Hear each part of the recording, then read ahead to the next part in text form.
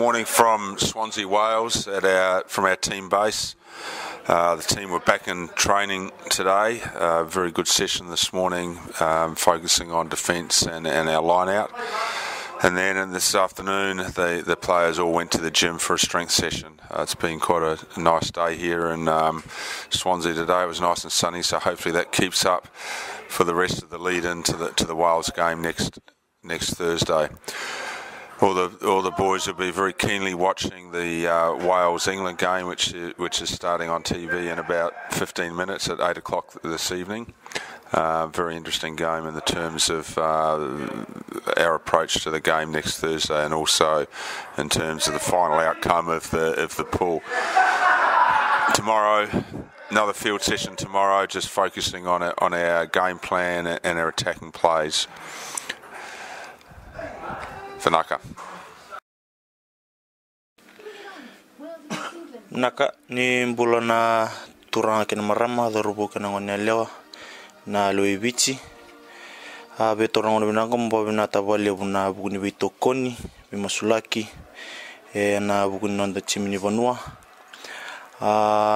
kandara ni samayado na mabwa na ngumbula na buguni ngita na mata sauchi sa lulu besar kina bale buna longu na buguni nugusana maimbito tokin na chimini vanua sa ngole mane bisumtaki usa dingo mane alun molumu na lo rekova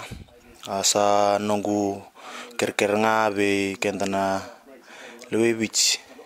na kena bitokon be masulaki na buguni nonde chimini bonua na boni gito satu na boni rona gito satu matanda na dorbu rasa bakoko yang sarchu bakoko tos bena chuna ngarabitabi sa nim kerkerenga mengai lebu tsungam no bitokon be masulaki mainanda binaka Isa bula tala lewiti bula binaka bikamni na turanga na marama soli waro chukana wali chukana le lotu na matak binaka dendai ni kuwa ndona singa totok welesi Swansea nekana dila binaka tona singa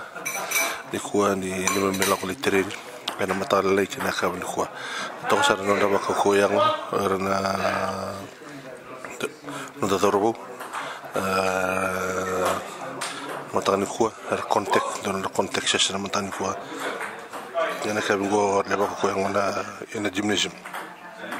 ba derchunga naka mena sangai mena ba na tinga mena gito sauch na sangai talchunga meroni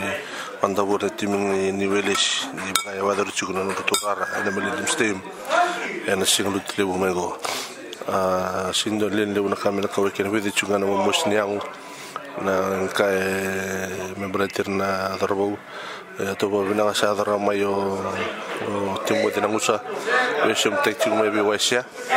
na sana metari kwa na mabua na sota ki estrella yo sa tos chunga na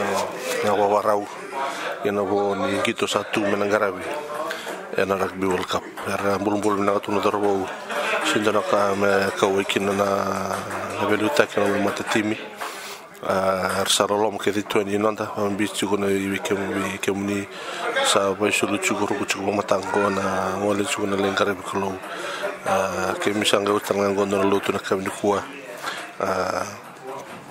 mai tale chukino wisia non sa warung bita chukuna matatimi